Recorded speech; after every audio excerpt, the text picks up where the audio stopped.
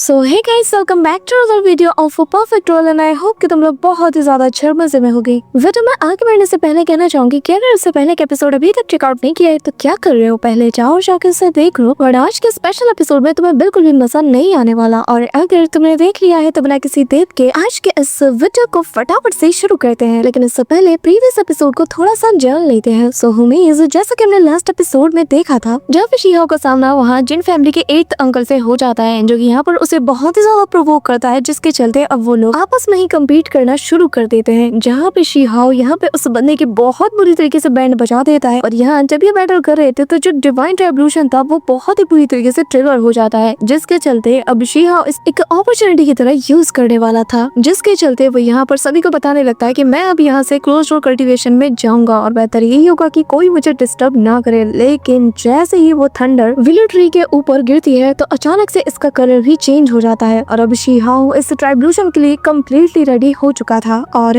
आगे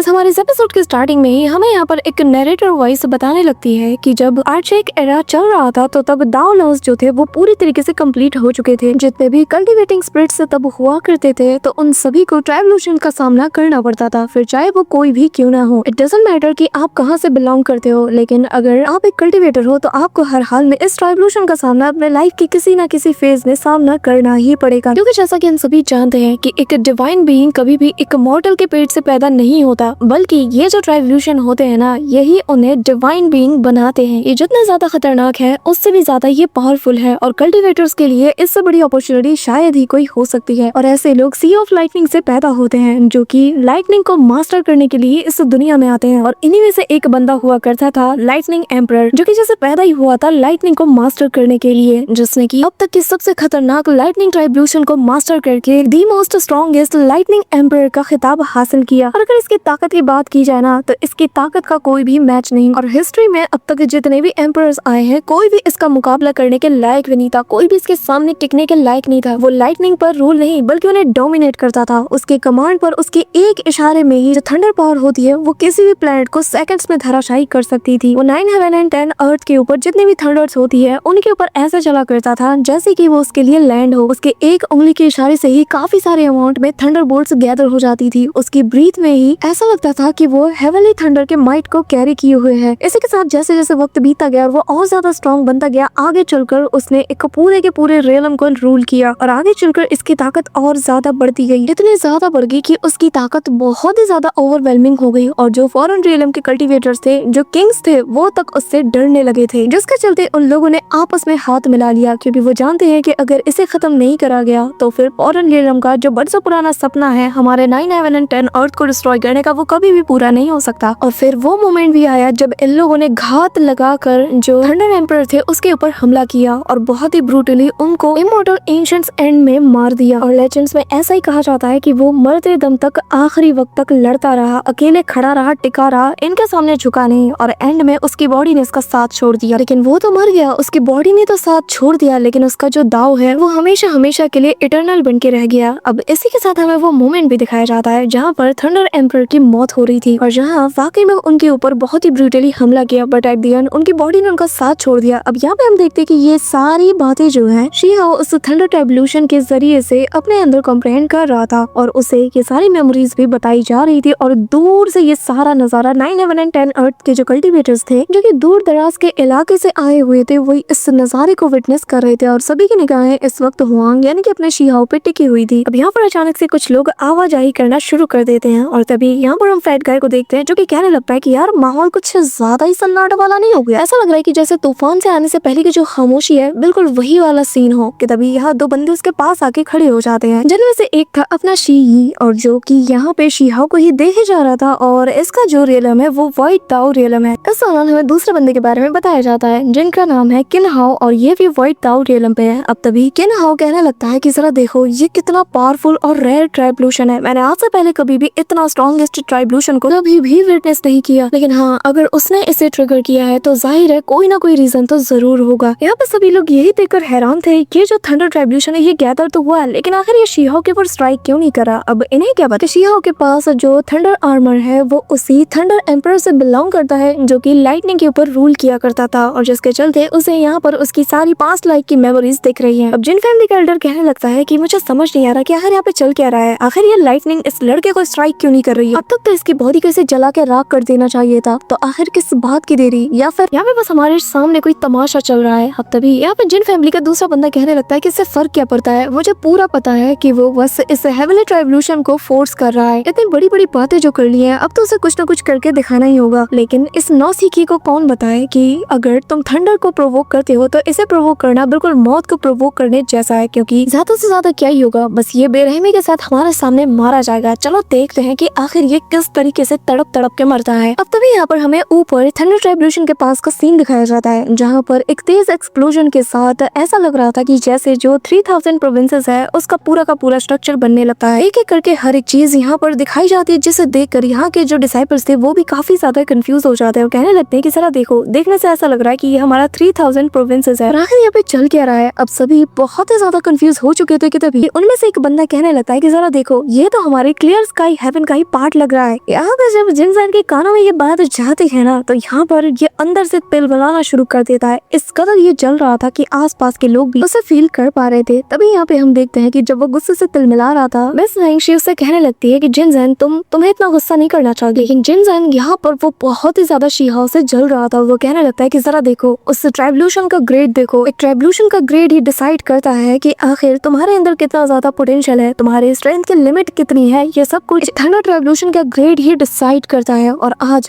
जरा देखो ये किस मुकाम तक पहुंच गया है। ये असल में इस एरा की ही एक बहुत बड़ी क्लैमिटी है, पर मुझे समझ नहीं आ रहा कि आखिर उसके अंदर ऐसा क्या है कि इस एरा ऑफ क्लैमिटी को इसने ट्रिगर कर दिया। आखिर उसमें से क्या खासियत है, क्यों आखिर इतने सारे लोगों में वो ही क्यों। यहाँ पे शीहा के प्रति जो इसकी जेलसी थी ना, वो देखने लायक थी। लिटरली वो जल उनके राख हो रहा था। और तभी सीन शिफ्ट होता है और हमें शीहा को दिखाया जाता है, जहाँ पर हम देखते हैं कि शीहा के आसपास काफी अमाउंट में थंडर एनर्जी हमें नजर आती है। और तभी यहाँ पे हमें हेवनली ट्राइब्यूशन का मैनिफेस्टेशन दिखाया जाता है। और जैसे जैसे हम आगे जाते हैं तो यहाँ पर हमें स्पेस के अंदर काफी सारे रिफ्ट को ओपन होता हुआ भी दिखाया जाता है। ये सारे स्पेटियल रिफ्ट किसी और ही जगह से कनेक्ट होते हैं, लेकिन इनकी तादाद लगातार बढ़ती ही जा रही थी और एक के बाद एक दे दनादन जैसे जैसे ये रिफ्ट्स अपीयर हो रहे थे, शीहा भी इस जगह पर काफी ज्यादा कंफ्यूज हो रहा था। यहाँ पर ये जो डिवाइन ट्राइब्यूशन का जो मैनिफेस्टेशन है, इसके अंदर शीहा खुद को काफी ज्यादा छोटा पाता है, लेकिन वो आसपास की हर एक जगह को बहुत ही डिटेल से एक्सप्लोर करता जाता है और पता लगाना चाहता था कि आखिर यहाँ पे चल क्या रहा है। अब तभी सीन शिफ्ट होता है और हमें इतने सारे जो स्पेशियल क्रैक थे, इन्हीं में से एक का सीन दिखाया जाता है, जहाँ वो जो स्पेस के अंदर क्रैक था वो किसी और जगह से ही जैसा लिंक करता हो। और जहाँ पे हम देखते हैं कि चारों तरफ भगदड़ का माहौल था और लोग यहाँ से वहाँ भाग रहे थे और कह रहे थे कि कुछ भी हो जाए, इन सबको जान से मार डालो। और हम देखते हैं कि दो पक्ष के लोग आपस में भिड़ जाते हैं और देर तनातन इनके बीच फाइट होती रहती है। और बेसिकली यहाँ पर जितने भी लोग थे वो सभी अपने होमलैंड के लिए फाइट कर रहे थे और यहाँ पर इनके फैमिली के मेंबर्स भी अपनी जान को दांव पे लगाकर अपनी जमीन को बचाने के लिए भिड़ जाते हैं। अब यहाँ पे हमें दिखाया जाता है कि फॉरेन लैंड के जो कल्टीवेटर्स थे ना, उन लोगों ने यहाँ पे धावा बोल दिया था और वो लोग अपने बड़े बड़े बीस्ट के जरिए से यहाँ पर जितने भी लोग थे उनके ऊपर हमला कर देते हैं। लेकिन यहाँ पर जो 9 हेवन एंड 10 अर्थ्स के लोग थे ना, वो लोग बिल्कुल भी हार नहीं मानते। वो अपनी आखिरी सांस तक यही कह रहे थे कि चाहे जो हो जाए, हम अपनी जमीन को कभी भी इनके हवाले नहीं छोड़ने वाले। लेकिन बेचारों की मेहनत रंग नहीं लाती, वो लोग आखिरी दम तक यहाँ पे फाइट तो करते हैं, पर तभी एक जायंट सा स्टोन इनके ऊपर आके गिर जाता है, जिसके चलते यहाँ पर काफी सारे लोग मारे जाते हैं। इसी के साथ हमें दूसरी जगह का सीन दिखाया जाता है, जहाँ पर भी सेम माहौल चल रहा है और ये लोग भी बेसिकली फॉरेन रियलम के कल्टीवेटर से अपनी जगह को बचाने के लिए यहाँ पे फाइट कर रहे थे, यानी कि अपनी मातृभूमि के लिए। यहाँ पे जब ये नजारा सभी लोग देखते हैं ना, तो वो लोग भी दंग रह जाते हैं। उन्हें भी समझ नहीं आ रहा था कि आखिर यहाँ पे चल क्या रहा है। तभी यहाँ पे हम वापस से रैबिट गर्ल को देखते हैं, जो कि ये नजारा देखकर कहने लगती है, ये क्या चीज है, आखिर ये किस टाइप का ट्राइब्यूशन है, आखिर ये करना क्या चाहती है, क्या ये इस एंटायर 9 हेवन एंड 10 अर्थ की जो एरा क्लाइमेटी है उसे पूरी तरीके से डिवोर करना चाहती है, वो भी अकेले। अगर ऐसा हुआ तो मुझे नहीं पता कि आखिर हमारे 9 हेवन एंड 10 अर्थ का क्या होगा फिर। यहाँ पे तभी हम उसे प्रिंसेस लिन को देखते हैं, जहाँ पर वो कहने लगती है कि हाँ तुमने बिल्कुल सही कहा, और वो अपने लोगों को बताने लगती है कि लेजेंड्स का कहना है कि काफी सारे हेवनली ट्राइब्यूशन है जिन्हें की रैंक किया गया है, लेकिन यहाँ पर एक ऐसा भी ट्राइब्यूशन है, यानी कि हेवनली ट्राइब्यूशन जिसे की रैंक नहीं किया गया, जिसे की अनरैंक्ड हेवनली ट्राइब्यूशन भी कहा जाता है। और इसके बारे में कहा यह भी जाता है कि ये बहुत ही ज्यादा यूनिक और बहुत ही ज्यादा रेयर है, ऐसा थंडर ट्राइब्यूशन जैसे कि आज से पहले कभी भी देखा नहीं गया, जिसके चलते इसे किसी भी कैटेगरी या किसी भी रैंक पे नहीं रखा गया। एक ऐसा ट्राइब्यूशन जो कि अपने टेस्ट देने वाले को पैदा होते साथ ही पिक कर लेती है, ताकि फ्यूचर में वो उसका टेस्ट ले सके। और अगर ये बात वाकई में सच है तो मुझे लगता है कि शायद हुआंग वही चोजन पर्सन है, लेकिन ऐसा कैसे हो सकता है। अब तभी यहाँ पे हम शीहा को देखते हैं, जो कि ये सारा नजारा देखते साथ ही सीधा आगे की ओर बढ़ा चला जाता है और बेसिकली वो उन्हीं में से एक क्रैक की तरफ बढ़ा चला जाता है। अब तभी सीन शिफ्ट होता है और हमें यहाँ पर काफी सारे अजीब से क्रिएचर्स को दिखाया जाता है जो कि जमीन को फाड़ते हुए बाहर निकलते हैं। और ये जो कोई भी थे ये ऐसा लग रहा था कि इन्हें जमीन के अंदर दफना के रखा गया और काफी सालों से ये वहाँ पे बंद है। और तभी हमें बताया जाता है कि ये असल में 10 अर्थ्स ट्राइब्यूशन है जो कि हेवली ट्राइब्यूशन का फर्स्ट लेवल है। अब तभी यहाँ पे हम देखते हैं कि काफी सारे जो अनडेड क्रिएचर्स है ये एक के बाद एक हरकत करना शुरू कर देते हैं, अपने पैरों के बल खड़े हो जाते हैं और काफी क्रीपी वे में सामने की ओर ये बढ़ना शुरू कर देते हैं। यहाँ पे चारों तरफ का माहौल देखकर ऐसा लग रहा था कि बहुत ही ब्रूटल बैटल यहाँ पे लड़ी गई होगी जिसमें काफी सारे लोग मारे गए होंगे। अब तभी इन्हीं सब के बीच में यहाँ पे एक बंदा अपीयर होता है, व्हाइट ड्रेस में मौजूद था, बाल जिसके लंबे थे और आंखों में फुल किलिंग इंटेंट। ये था अपना शीहाओ। यहाँ जब शीहाओ आता है तो वो भी आसपास का नजारा देखकर दंग रह जाता है। वो भी सोच में पड़ जाता है कि आखिर यहाँ पे हुआ तो हुआ क्या। पर बिना किसी देर के वो सबसे पहले अपनी दालो इमोर्टल स्वॉर्ड को बाहर निकालता है और उसे हमदे साथ ही वो सबसे पहले आगे की ओर बढ़ने लगता है जहाँ उसे काफी सारे लोग नजर आते हैं जो कि यहाँ पर उसी की ओर बढ़ने वाले थे। लेकिन तभी शीहाओ सीधा निकालता है अपनी तलवार को और इन सभी को स्लॉटर करते हुए आगे बढ़ा चला जाता है। यहाँ पर दिखने में ऐसा भी लग रहा था कि ये वर्ल्ड पूरी तरीके से अपसाइड डाउन हो चुकी है, लेकिन शीहाओ फिर भी बैटल करता रहता है और तभी एक बड़ी सी चट्टान जैसे इनके ऊपर गिरने वाली थी। लेकिन शीहाओ यहाँ पे कमाल की फाइट करते हुए आगे की ओर बढ़ रहा था और तभी अपनी स्वॉर्ड को वो चला के आगे की ओर मारता है और उसके रास्ते में जितने भी ऑब्स्टिकल्स आते हैं द ग्रेट दालो इमोर्टल स्वॉर्ड किसी को भी नहीं बख्शती, लिटरली सबको स्लॉटर करके रख देती है। और जहाँ जहाँ जिन्हें भी वो मारते हुए आगे जाती है ना उन सभी की बॉडी यहाँ पर तेजी से एक्सप्लोड कर जाती है। शीहाओ यहीं पे नहीं रुकने वाला था क्योंकि यहाँ पर वो जो अनडेड क्रिएचर्स थे इनकी तादाद बढ़ती ही जा रही थी। तो वो पकड़ता है अपनी स्वॉर्ड को और साथ ही अपनी कुनपेंग टेक्निक को भी अनलीश करता है, जिसके बाद आता है उसका वो जायंट सब बीस्ट। और यहाँ उसका जो बर्ड बीस्ट है वो आते साथ ही इतनी कमाल की बिजली को वो दौड़ा देता है कि यहाँ पर आसपास जितने भी लोग उसके ऊपर हमला करने आते ना लिटरली इनकी बॉडी चल के राख हो जाती है। मतलब कि पल भर में ही शीहाओ ने यहाँ पर इन सभी का काम तमाम कर दिया था। इसी के साथ हम देखते हैं कि लिटरली शीहाओ ने पलक झपकती यहाँ पर काफी ज्यादा स्लॉटर कर दिया था। और तभी वहाँ पे वो आके सामने वाली चोटी पे खड़ा हो जाता है और यहाँ उसे अपने सामने ऐसे ही लोगों की फौज नजर आती है। पर शीहाओ ने इतने सारे लोगों को स्लॉटर किया था कि लिटरली उसके पीछे इनका ढेर लग चुका था, जो देखते साथ ही यहाँ पर लिटिल हेवन प्रिंस कहने लगता है कि शुक्र है कि यार हम इसके दुश्मनों के लिस्ट में नहीं है, वरना हमारा क्या हाल होता। यहाँ पे उसकी बात सुनकर जो यू लॉन्ग था वो कहने लगता है कि हाँ बात तो तुम्हारी सही है क्योंकि ये बहुत बहुत ज्यादा स्ट्रॉन्ग है। कहते हुए अफसोस हो रहा है कि मैंने इसे सच में बहुत ही कम आंका था, लेकिन ये तो मेरी उम्मीद से भी कई गुना ज्यादा ताकतवर है। लेकिन कहते हैं ना कि हर एक ताकत की एक सीमा होती है और जैसे जैसे वो अनलिमिटेड बैटल्स को लड़ता जाएगा उसकी ताकत की भी सीमा तक वो पहुंच जाएगा और फिर इवेंचुअली उसकी ताकत भी खत्म हो जाएगी और वो भी हार जाएगा। लेकिन यहाँ पे हम हमारे शीहाओ को देखते हैं जहाँ पर इसका प्लान तो कुछ और ही था और वो यहाँ पर तेजी से आगे बढ़ते हुए हर एक बंदे को स्लॉटर करना शुरू कर देता है। उसके रास्ते में जो कोई भी आता है वो उसे लिटा लिटा के मारता है, बहुत बुरी तरीके से मारता है। लिटरली उनकी बॉडी को किस किस एंगल से वो काटता है इसका मैं तुम्हें बता तक नहीं सकता। और जो शीहाओ की स्पीड थी वो कोई नॉर्मल कल्टिवेटर तो अपनी आंखों से देखकर पता भी नहीं लगा सकता कि आखिर वो मूव किस तरफ कर रहा है। लेकिन मेरी कल्टिवेशन ज्यादा है सो आई नो मेरे लिए कोई बहुत बड़ी बात नहीं। अब यहाँ बैंक फैमिली का पॉइंटर कहने लगता है कि जरा गौर से देखो ये बंदा कितना ज्यादा स्ट्रॉन्ग है, ब्रदर जिन तुम्हें बहुत ही अच्छे से देखना चाहिए। इसे देखो, इसकी कल्टीवेशन पे मत जाओ और इसके टैलेंट को देखो। और इसके लिए जीनियस का जो टाइटल है ना ये भी अब इसको डिस्क्राइब करने के लिए बिल्कुल भी इनफ नहीं है, बल्कि ये तो एक चलता फिरता मॉन्स्टर है जिसके अंदर सेंसेस है और जिसे बखूबी पता है कि आखिर कब कहाँ किसे कैसे मारना है। और तो और दिमाग से ये कितना तेज है ये मुझे तुम्हें बताने की जरूरत तो बिल्कुल भी नहीं। यहाँ पे हम देखते हैं कि जिन जैन को तो बहुत ज्यादा गुस्सा आता है। तभी वो कहने लगता है कि अगर ये लड़का बहुत ही जल्द मारा नहीं गया ना तो ये हमारे दोनों क्लैन के लिए एक ऐसा थ्रेट बन जाएगा जो कि आगे चलकर हम सभी को मिटा के रख सकता है, तो इसका हर हाल में मरना जरूरी है। अब ये सुनकर वो एल्डर कहने लगता है कि क्या मौत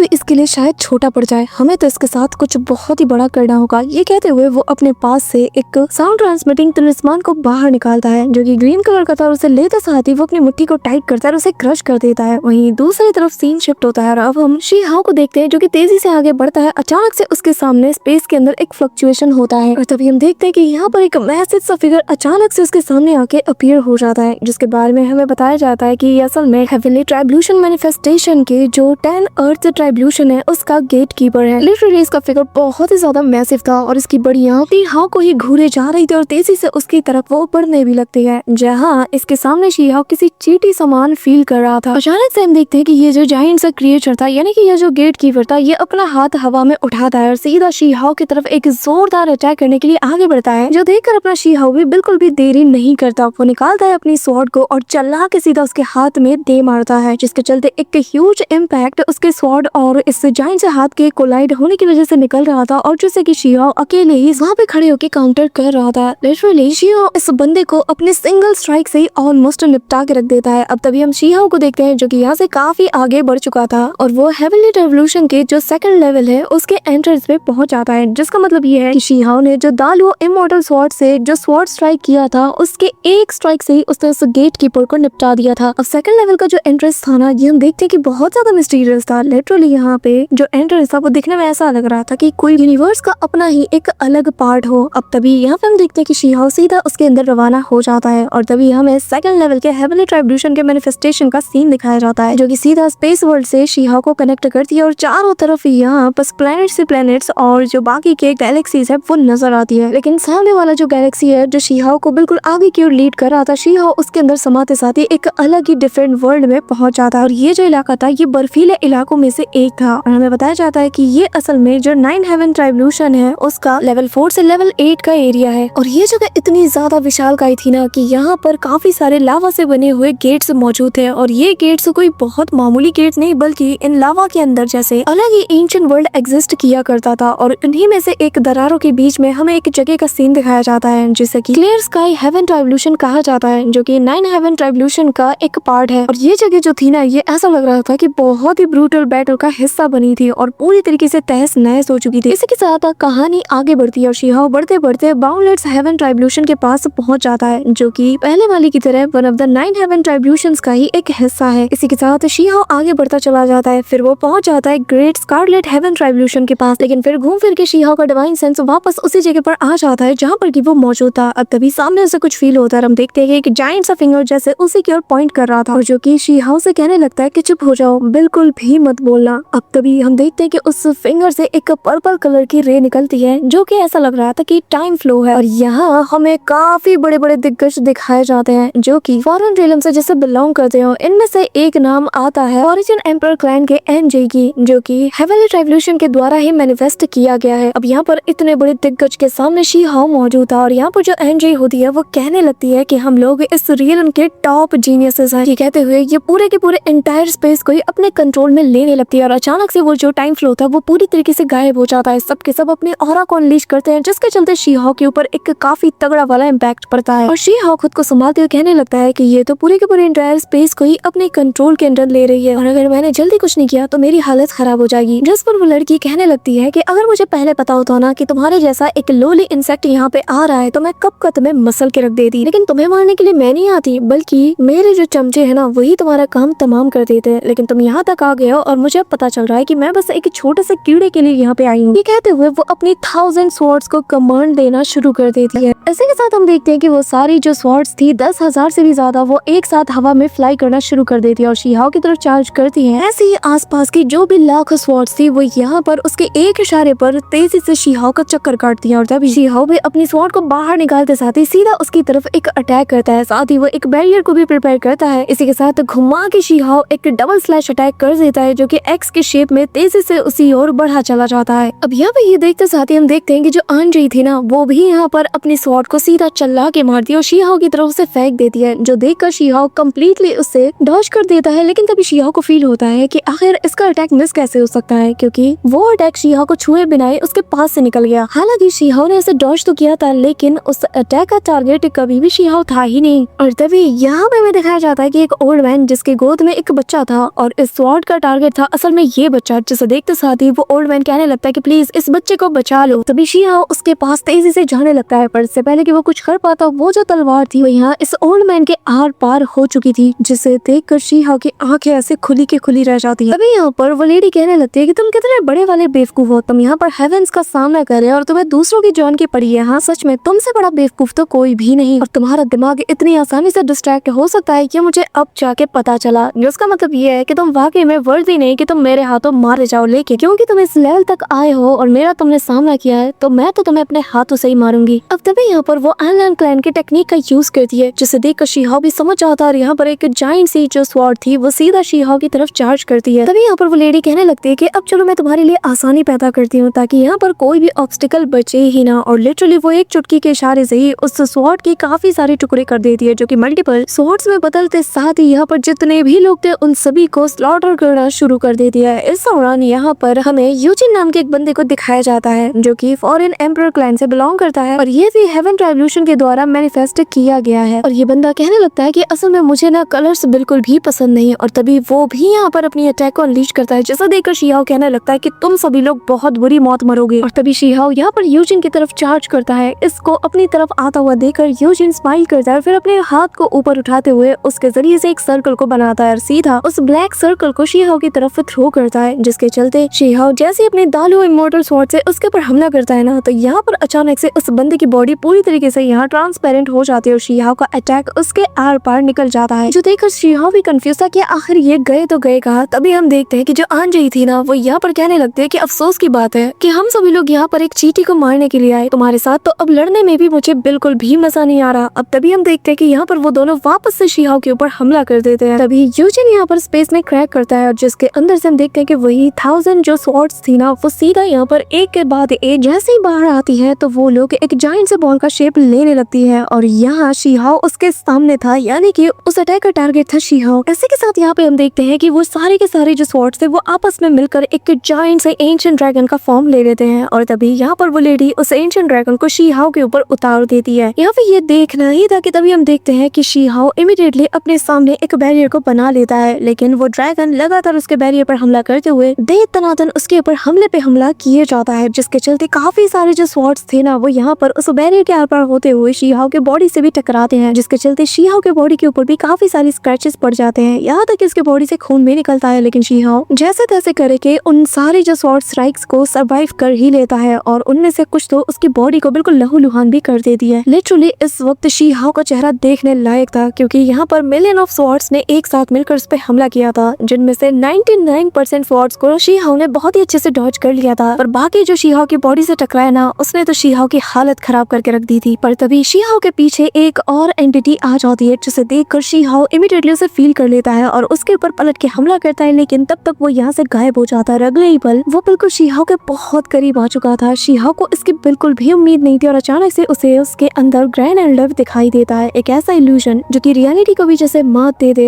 यहाँ पे ग्रैंड एल्डर से कहने लगते हैं कि तुमने मुझे डिसअपॉइंट किया है, मैंने तुम्हारे लिए क्या कुछ नहीं किया, मैंने इंपीरियल पास की जिम्मेदारी तुम पे सौंपी थी, लेकिन तुमने क्या किया, तुम नाकाम रहे। अब जब ग्रैंड एल्डर की ये बात शीहाओ सुनता है ना, तो वो कम्प्लीटली डिस्ट्रैक्ट हो चुका था। तभी वो जो लेडी थी वो यहाँ पर अपनी स्वॉर्ड सीधा शीहाओ के पेट में उतार देती है और यहाँ पीछे से किया गया अटैक शीहाओ को बहुत बुरी तरीके से लगता है, वो इंजर्ड होकर गिरने लगता है। लेकिन तभी यहाँ पर वो जो यूजिन था वो अपनी रिवर्स टेक्निक का यूज करता है और तभी हम देखते हैं कि शीहाओ जो कि जमीन पर गिरने लगता है, अचानक से वो वापस से उसी जगह पर आ जाता है और इस बार उसे एक और इल्यूजन नजर आती है और जो कि उसकी मास्टर विलो गॉड थी, जो कि उससे कहने लगता है कि बच्चे मैं मर रही हूँ और इसके जिम्मेदार तुम हो और तुम भी मरने वाले हो और एक एक करके सब लोग मारे जाएंगे, सब के सब डार्कनेस में अकेले मारे जाएंगे, हमें बचाने वाला कोई भी नहीं है। यहाँ पर शीहाओ काफी ज्यादा कंफ्यूज हो रहा था, उसे यकीन नहीं हो रहा था कि आखिर ऐसा कैसे हो सकता है। तभी यहाँ पर जो आंजी है वो कहने लगती है कि दुनिया की जो मोह माया है ना, ये तुम्हें आज यहाँ पे भारी पड़ने वाली है और तुम्हें अपने साथ ले डूबेगी। एक कल्टीवेटर होकर अटैचमेंट्स रखना ये तुम्हारी बहुत बड़ी गलती है और जिसका खामियाजा आज तुम्हें भुगतना होगा। ये कहते हुए वो अपनी चेन्स को शीहाओ की तरफ थ्रो करती है, जो कि इसके हाथ से होते हुए उसके हड्डियों के बीच से आर पार हो जाती है और फिर उसके पूरे हाथ पैर सभी को जकड़ लेती है, जिसके चलते शीहाओ को यहाँ पे बहुत ज्यादा पेन होता है और वो दर्द के मारे छटपटाना शुरू कर देता है। तभी यहाँ पर हम देखते हैं कि उसके फोरहेड पर वो मार्क ग्लो करने लगता है और शीहाओ यहाँ अपनी पूरी जी जान लगाते हुए उन चेन से खुद को फाइनली आजाद कर लेता है। सो होमीज हमारा आज का ये पार्ट तो यहीं पे एंड होता है, लेकिन इसके नेक्स्ट पार्ट में काफी ज्यादा मजा आने वाला है और शीहाओ इस ट्राइब्यूशन से कैसे बाहर निकलता है और उसे कौन सी बड़ी अपॉर्चुनिटी आगे हासिल होती है, ये सब कुछ हम नेक्स्ट पार्ट में जानेंगे। So that's it for today guys. I hope कि तुम सबको आज की वीडियो काफी ज्यादा पसंद आई होगी। अगर हाँ तो वीडियो को लाइक करना, चैनल पे नए हो तो सब्सक्राइब करना। तो मिलते हैं नेक्स्ट वीडियो में, तब तक के लिए बाय।